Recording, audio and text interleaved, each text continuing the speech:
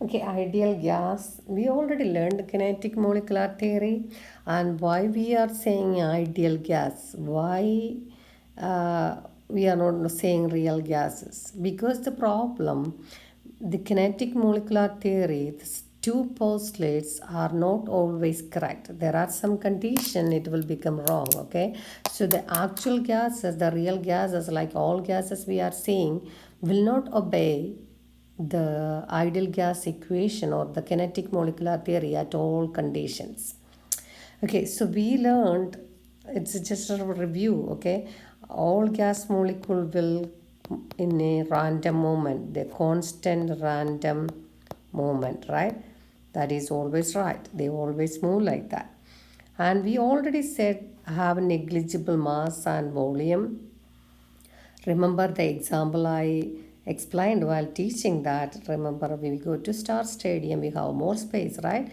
But remember, I'm saying you like, okay, we'll go to Star Stadium, that is 6,000 seat, but my class will can occupy only the seats on the front row on east side, something like that. I'm adding restriction. That means your options will be less, right? That so in gases, if we know that the mass and volume are negligible, we learned that, but remember it is only at low pressure. When I am they are at low high pressure, they are sorry, at low pressure they are spread out, but if it is high pressure they will come closer. That means their volume matters. So you will learn maybe in AP chemistry about real gas equation and the factors how to correct this equation, okay? And we also learned, since they are far apart, they are intermolecular force. Since we are away from each other, they won't attract, okay? So that is also true in only at low pressure. When it is high pressure, they will come closer. There may be at least some London force, maybe array. So some of them will have high dipole-dipole interaction. So these two are little bit more to think when you go for AP classes, okay? Then, kinetic molecular energy, we said whenever you increase temperature, they will move faster because their kinetic energy is increasing. That is always correct. And collisions are elastic, perfectly elastic. That means they won't lose or gain energy. Their energy is always conserved. Okay, those are the, you know, those are the things we learned, and we are going to derive an equation. Like if I say, what are the qualities of an ideal teacher or what are the qualities of an ideal student, same thing, you are going to derive an equation for ideal gas. But not always all gases will be ideal at all condition we just discussed, right? So I'm going to combine three gas laws we learned. First one is Avogadro law. Avogadro said volume is proportional to what? Number of moles. And Boyle's law said what? V is inversely proportional to pressure. And Charles said V is directly proportional to temperature. We need only these three because the pressure and temperature already there here. So Gay-Lussac is already here. So I'm combining all this equation, then you will get V proportional to N on the top, P on the bottom, then T on the top. And I'm going to avoid this proportionality. You don't need to worry about the derivation. I'm just explaining because I don't want you guys to memorize without understanding it. So remove the proportionality. If you want to remove the proportionality, we have to multiply with a constant. Okay, you can give K, but this time I'm going to give a constant R, then NT divided by P. So now we will arrange this. You will get this equation that is called ideal gas equation, where R is a constant. We will call him ideal gas constant. Okay, so the value of R depends on pressure, volume, number of moles and temperature, because we know that R is equal to PV over NT.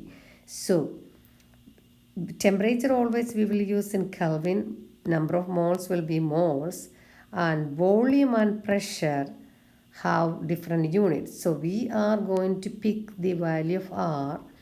Okay, so always volume must be in liter in this. Okay, pressure you can use any of the values. If you are using ATM, this is the value of R you are going to pick. Sorry. If you are using kPa value, this is the value you are going to use. Or if you are using millimeter of mercury or torr, this is the value you are going to use. And that's given in your formula chart. You can use it. You don't need to memorize.